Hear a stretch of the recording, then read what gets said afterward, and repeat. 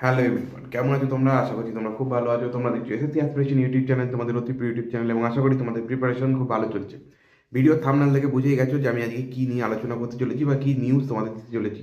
হ্যাঁ, আরআরবি কিন্তু 2024 জানুয়ারি মাসেই তোমাদের জন্য গুড নিউজ নিয়ে চলে এসেছে, এবং আরআরবির নতুন রিক্রুটমেন্ট কিন্তু তোমাদের সামনে এসে গেছে। দেখো, আমি তোমাদের আগের অনেক ভিডিওতে কিন্তু বলেছিলাম রেলওয়ে রিক্রুটমেন্ট বোর্ড 2024 কিন্তু নতুন ভ্যাকেন্সি আনবেই, এবং সেটা কিন্তু এনেছে, অর্থাৎ সেটা কিন্তু সত্যি হয়েছে।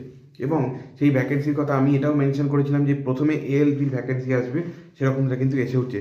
এবং মানে এএলপির ভ্যাকেন্সিটা কিন্তু আমরা আমরা মানে এরকম ভেবেই রেখেছিলাম যে জানুয়ারি মাসের মধ্যেই আসবে, এবং ফর্ম ফিল আপ জানুয়ারি মাস থেকেই স্টার্ট হয়ে যাবে, এরকম একটা চিন্তাভাবনা আমরা রেখেছিলাম, এবং সেটাই হয়েছে।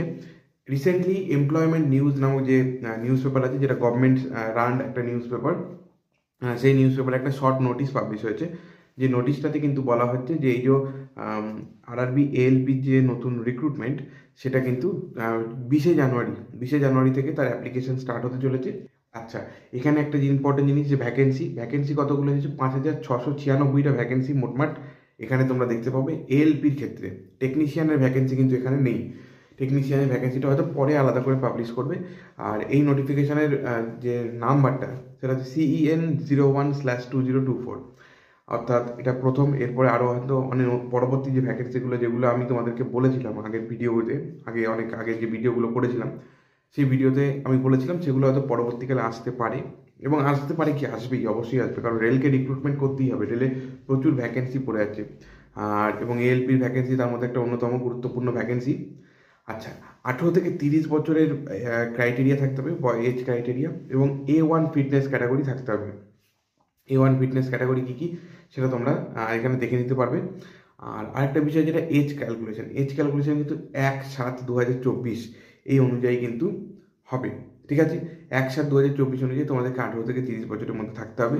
আর এডুকেশনাল কোয়ালিফিকেশান প্রিভিয়াস এএলপির এক্সামগুলোতে যেগুলো যেরমভাবে নেওয়া হয়েছিল, এক্স্যাক্টলি সেম এডুকেশনাল কোয়ালিফিকেশানই কিন্তু বলা হয়েছে।